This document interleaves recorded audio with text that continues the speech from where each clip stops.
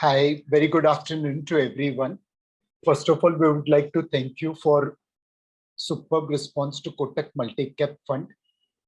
We got more than 1,50,000 application, more than 9,500 distributors sold it, and we collected more than 3,500 crore. So thank you for your wholehearted support. If you look at global economy, the printing press continues. Central banks have pumped in close to $15 billion in from 2008 global crisis till now. Next slide, please. Now, because central bankers are printing so much of money, obviously everyone is in surplus. US consumers are sitting on close to $10 trillion worth of savings. The market cap of US is $50 trillion. So almost 20% of US market cap is waiting to be deployed in markets. No wonder record flows have come into equity market, almost $1 trillion, which is more than 20 years inflow. That has pushed global market cap to GDP ratio to a higher level of 137%. And the valuations have reached sky high level, with equity risk premium now going into negative territory. The dividend yield is a 20-year low. Of course, even interest rates have come down. People want return and they are going and buying junk bonds because that's probably the only place where some sort of return is available. On the other side, corporate earnings have recovered all over the world thanks to commodity price boom, thanks to revenge spending, and MSCI EPS estimates are getting upgraded in almost all parts of the world. Because corporates are sitting on so much of cash, and that cash is not giving any return in most parts of the world, a lot of companies are now looking to make fresh investments, and we believe global capital spending will increase dramatically by almost 13%, led by Latin America, North America, and Europe. There is unprecedented demand being witnessed. Amazon is boosting their hourly pay to $18 an hour. And if I'm not wrong, in US, the standard pay is about $13.75 an hour. Today, because new cars are not being produced, used cars are selling as much as new cars. Furniture, appliances are on back order for 6 months. And this is all driven by the semiconductor shortages all over the world. The fear which everyone has is this unprecedented demand going to create inflation? Inflationary expectations have started rising in most parts of the world. Today, the consumer price inflation in US and India is same at 5.3%. Even in US, the inflationary expectations are moving up. However, GDP growth is likely to decline, creating a wide spread between them.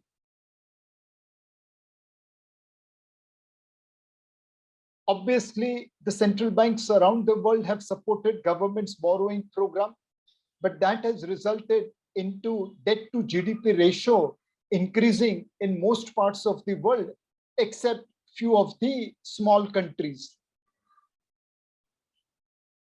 Now let's come to the Indian economy. The headlines in September 21 are all positive. Moody's mood changed and they have kept Moody's India at stable from negative. Run rate on quarterly exports crossed $100 billion for the first time. GST collection came at 1.17 lakh. Net direct tax collection grew 74%. That means people are earning income and paying taxes. EPFO added close to 15 lakh new subscribers. Most parts of the country saw property registration as all-time high level. Manufacturing activity improved as per PMI. And most importantly, inflation cooled off to 5.3% in August 21. This is one of those rare instances where US and Indian inflation is at the same level. On the vaccination side, we are now clocking almost 25 crore a month. And fortunately for us, active cases have remained low. Barring Kerala, in most parts of India, number of active cases have started declining sharply. The business resumption index is now above pre-pandemic level, and it shows that economic activity is picking up ahead of festival season.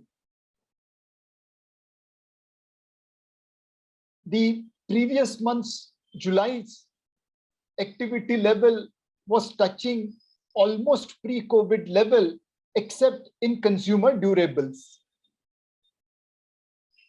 The GST collection, as I mentioned, is at 1,17,000 crore. It is upwards of 1 lakh crore for last 3 months. Monsoon, the rain got pleased on India, and it recovered sharply in the September month. And now it has exited with just 1% below normal. So we got almost a normal monsoon. The beauty was in the Kharif crop production.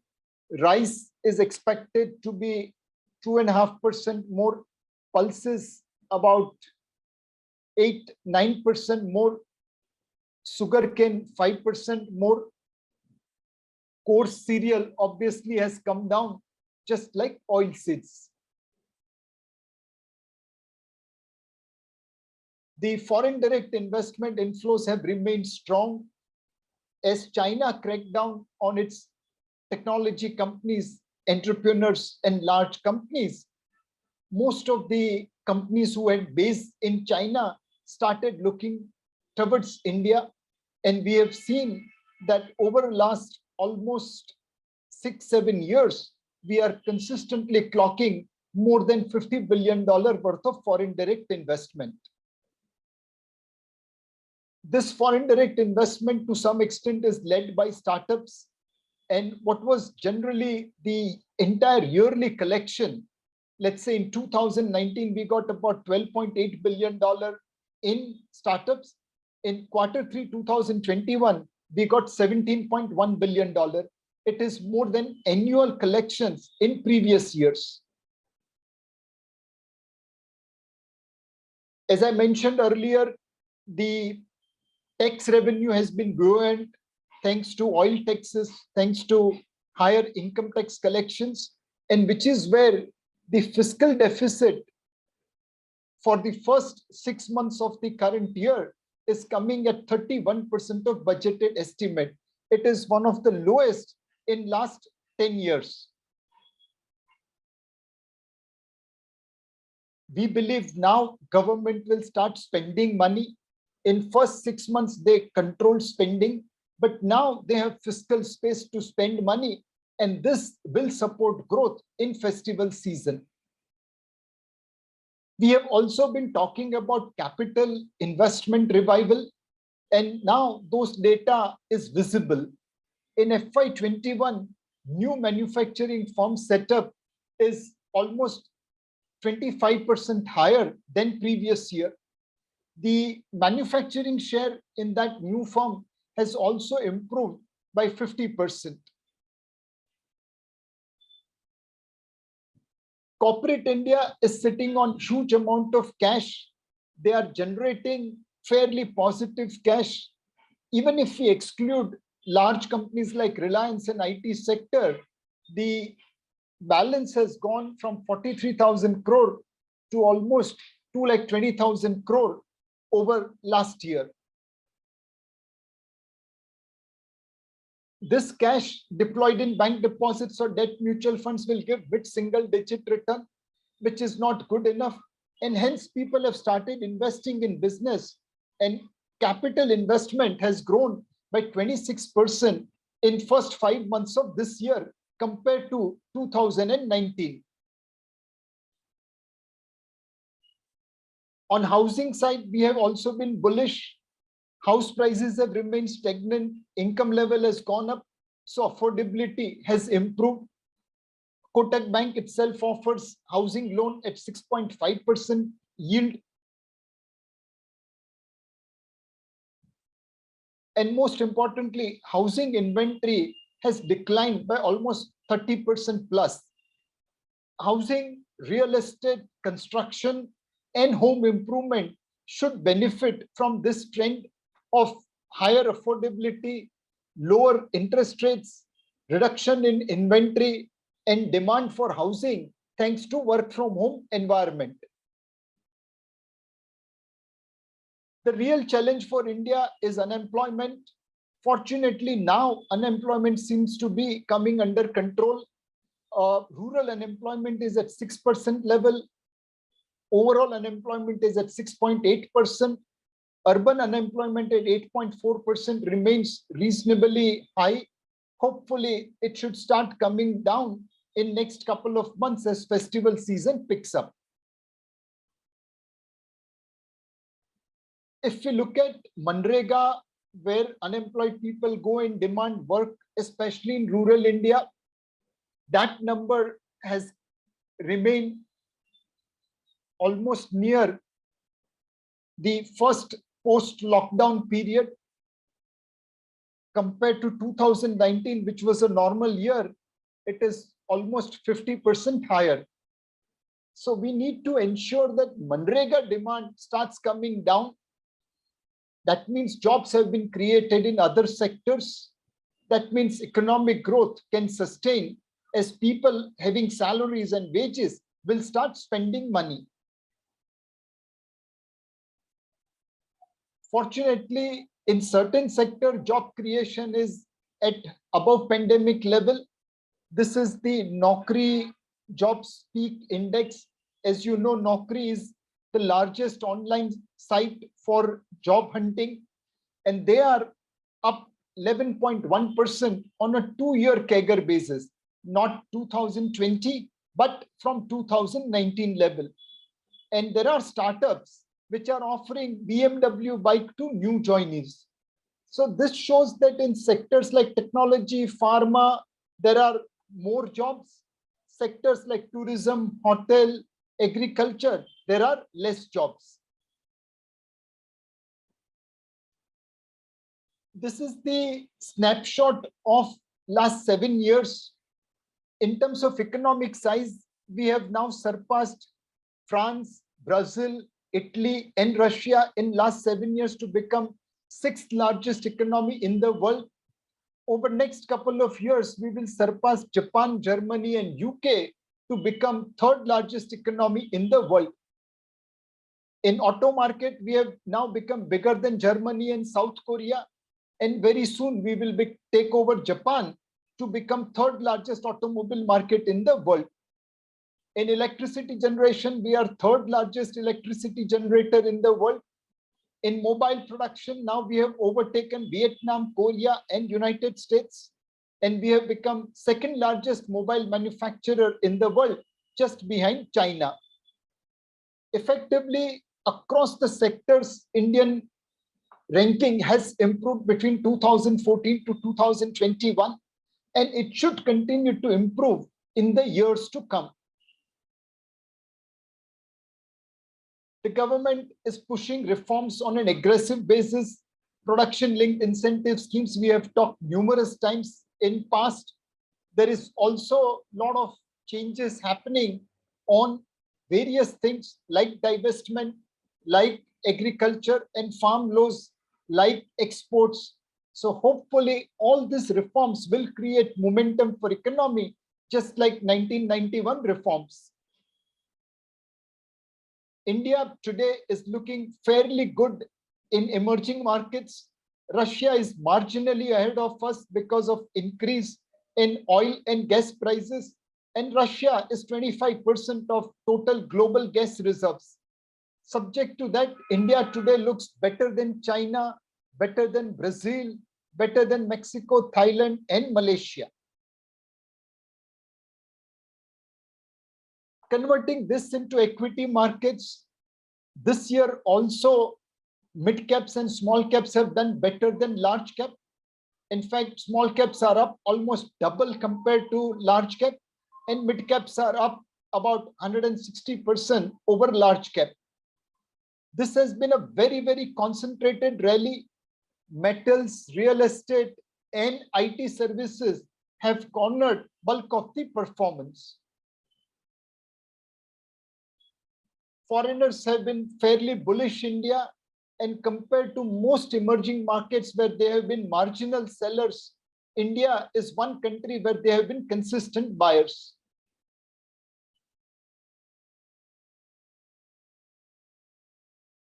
The FPI's buying can be gauged from the fact that what money they have brought in last 30 years, more than 27% of that has come in just last FY21. So in FY21, they brought 27% of all the money which they have brought in last 30 years. All of you know very well how retail investors are increasing their allocation into equity market. And despite sharp increase in equity allocation over last 18 months, the total holding of equity in domestic assets is less than 7% of financial assets. In other emerging market, that's averaging around 30%. So this is a long journey. Not many people have to still invest in equity markets or equity mutual funds. These are the two quotes which I thought I will bring to your attention. Peter Lynch is legendary fund manager of Fidelity Magellan. At his point of time, that was the largest equity fund in the world. And he made a very, very pertinent point. Everyone has the brain power to make money in stocks. Not everyone has the stomach. If you are susceptible to selling everything in a panic, you ought to avoid stocks and mutual funds altogether. Today, people are enjoying double-digit return in SIPs or great returns in equity mutual funds because they went through Agni Pariksha of March 20, where returns were negative. Our SIPs were negative for 3 years, single digit for 5 years, and barely touching bank fixed deposits for 10 years. People who didn't lose hope during that bad time, that Agni Pariksha, are now enjoying double-digit return.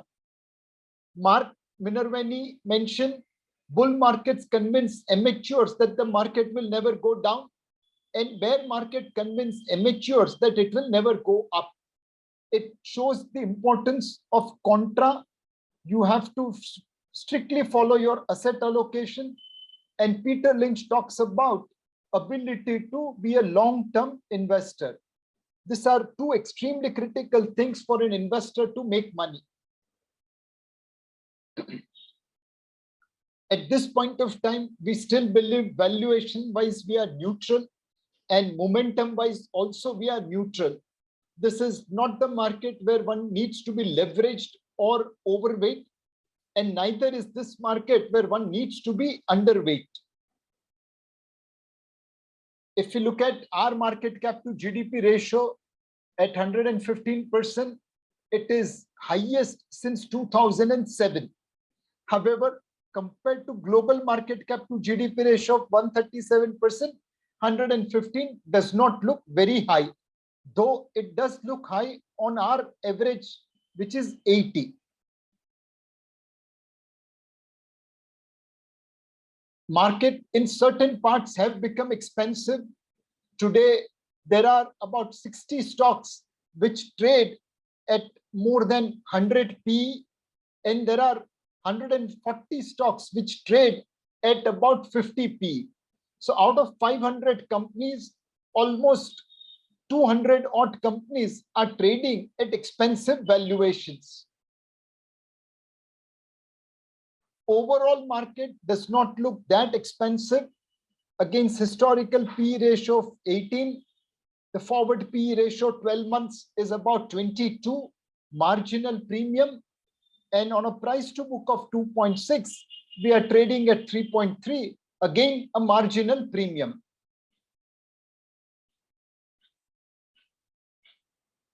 Why markets are sustaining this valuation?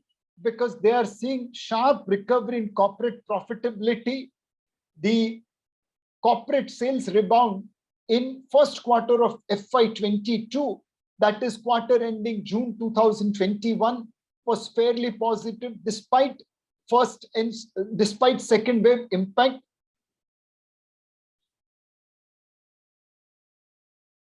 This is the run rate of corporate profitability. From bottom of about 32,000 crore in June 20, we touched peak of 2,10,000 crore in March 21.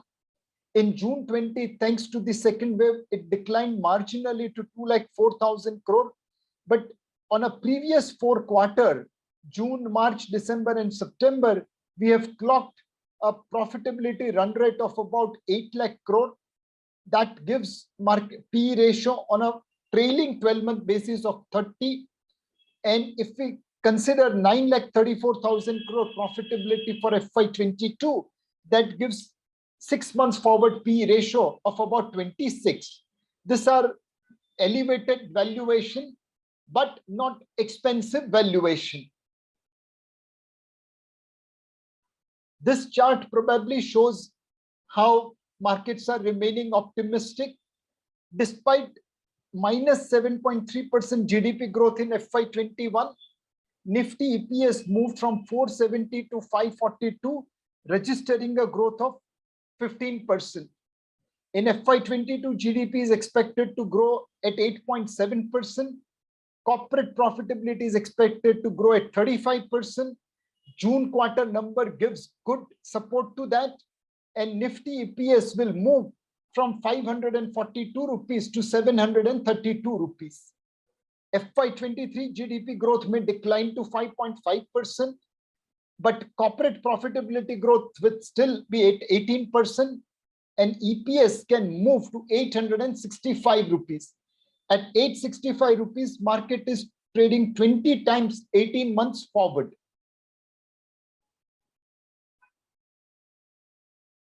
If you look at the scorecard of FY21, out of 418 companies, 361 companies declared profit and only 46 companies declared losses. Of the 361 companies which declared profit, 231 companies showed positive profit growth and only 130 showed negative profit growth despite first wave and lockdown. Out of 231 companies which showed profit growth, 162 companies had a profit growth beyond 20%. Revenue and EBITDA and PAT growth for all three was about 152%, 152 companies. And today there are more than 200 companies whose return on assets, return on capital employed is more than 15%. So overall corporate earnings are fairly strong. Now, let me put this picture in front of you. It's called Cybercom. It was sold at $3,000 in June. Today, it's trading at about $356,000. And original Cybercom generates 10 bananas a day for its owner on a digital basis. And they are valued at $45. So the effective market cap of this Cybercom is $5.24 billion, or roughly about 40 crores. Now, if this thing can be valued at 40 crores, who are we to say that Indian equity markets are looking expensive? Our call remains markets are reasonably priced, albeit little on the higher side in the optimism that profit growth will continue, and which is where our call is neutral weight equity, marginal overweight large cap, and marginal underweight small and mid cap. Are there concerns? Of course, there is some dark clouds on the horizon. A lot of talk was made on Evergrande, but me and my colleague Pankaj Tibrewal presented this argument in Times of India last month. Fortunately, most of this has come true. We said China has ability to manage Evergrande. Whether they will do it or not, that's the whole call we have to take. And especially after COVID, they will not be interested in giving another shock to global economy. As we speak, China is trying to contain Evergrande crisis and asking Hong Kong-based property companies to take it over. The second thing is about taper tantrum. US interest rates will increase, and that increase could have devastating impact on our market like 2013. But we believe this time it will not have similar impact, especially as India is sitting on $650 billion of FX reserves. And thanks to China cutting down its large companies, technology companies, global investors are looking to invest in India.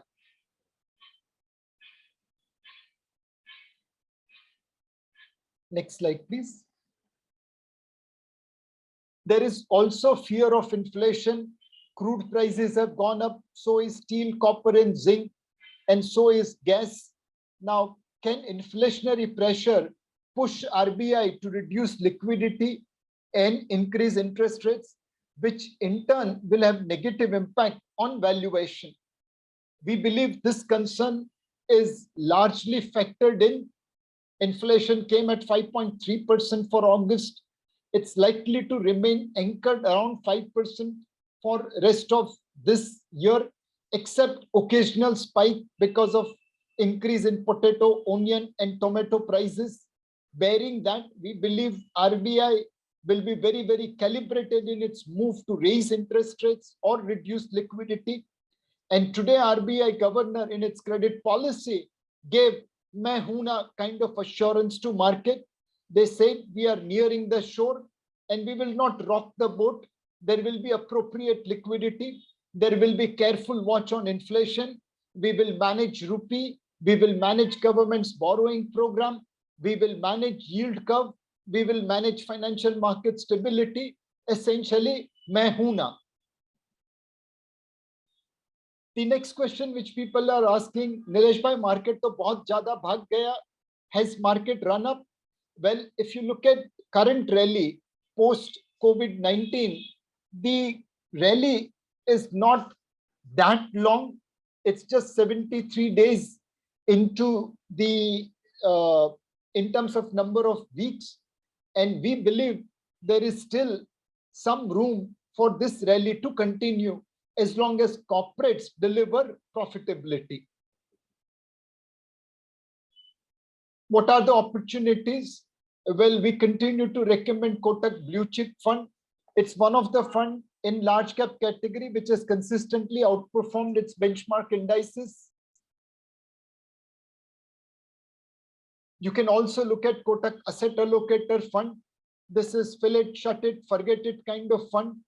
It has delivered consistent alpha over benchmark index, and the returns are double digit now on a 1, 3, 5, 7-year basis. At current point of time, we have 50% invested in equity and 50% invested in fixed income. One can also consider our Kotak Pioneer Fund. Since its launch 2 years back in October 2019, the fund has delivered 9.4% positive alpha. That is better than fixed income funds return during that period. You also can look at Wellington Global Innovation Fund, which is available in India through our fund of fund called Kotak Global Innovation Fund of Fund. That fund since 2017 has delivered alpha of about 12%. Next question comes, should we invest in gold? Well, there is a couple of diehard gold fans. One of them is Diageo Pereira. He was the one guy who had predicted gold price rise in 2016. And now again, the same guy is saying that gold prices could double from current level. If we look at ratio of gold to Standard & Poor's 500, it is at one of the lowest level. At this level, one needs to be overweight gold. At this level, one needs to be overweight equity. If the fear about stagflation comes into play, like in the 80s, then gold generally is the biggest outperformer. So gold investment makes sense, taking a view on high liquidity, low interest rates, potential inflation, and probably historical underperformance of gold compared to other asset classes like S&P 500. Coming to the fixed income market, RBI has maintained more than adequate liquidity of almost 9 lakh crore. Inflation, after increasing for a while, now has started getting subdued, moderating.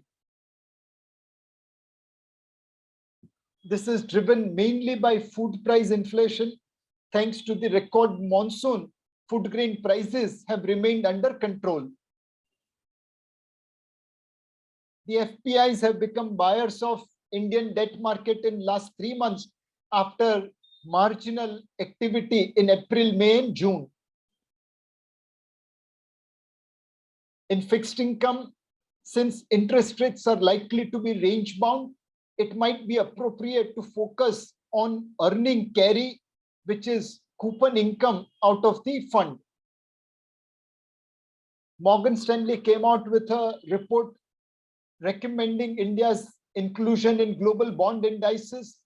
If that happens, we are looking at about $10 to $25 billion excess money coming in from debt investors.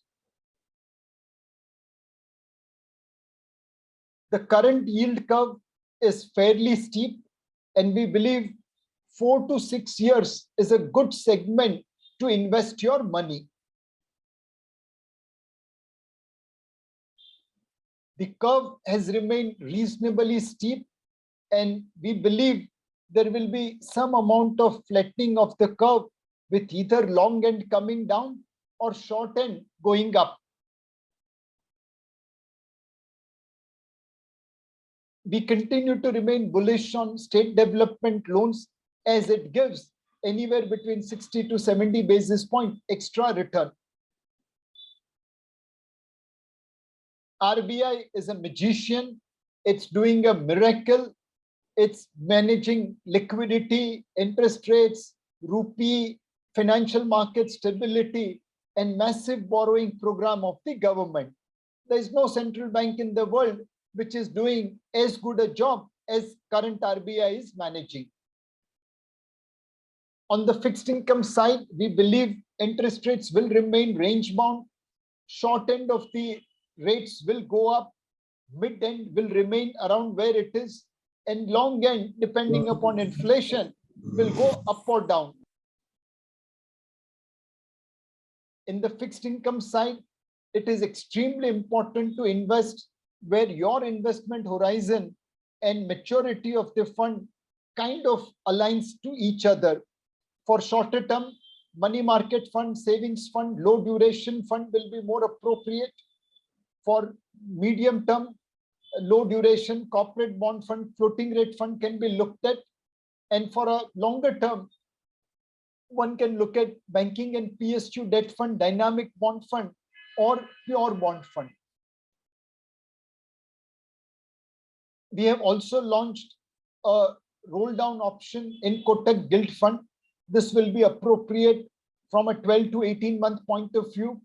Some part of the money will be invested into SDLs, where we will be locking into higher carry, and balance amount will be invested in floating rate bonds, where there will be protection against rising interest rates.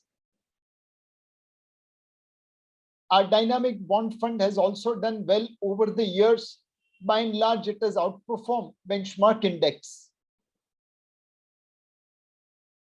For investors who are looking, who have remained invested in debt funds and who are now worried because of lower return, must consider hybrid schemes. If you look at Kotak debt hybrid schemes, the returns are near double digit to mid to high single digit, and it has also generated alpha. Kotak equity savings fund, again, similarly, high single digit to double digit return with positive alpha, and also Kotak hybrid equity hybrid scheme, which has delivered double digit return with positive alpha in most of the cases. In fact, for those debt investors who wants to take little extra risk for little extra return, can follow this strategy. In a market which is cheap, they can put in Kotak blue chip, which will give them almost full equity exposure. In a market which is neutral like today, they can be in Kotak equity hybrid fund, which is roughly about 70-80% in equity. And in an expensive market, they can go to Kotak debt hybrid fund, where about 10 to 25% is in equity. So you move from Kotak debt hybrid to Kotak equity hybrid to Kotak blue chip, depending upon valuation of the market. That way, on the way down, you will be protected. On the way up, you will be participating. If you don't want to do such things, then please focus on Kotak Asset Allocator Fund. It tries to do exactly this kind of allocation based on its quantitative model.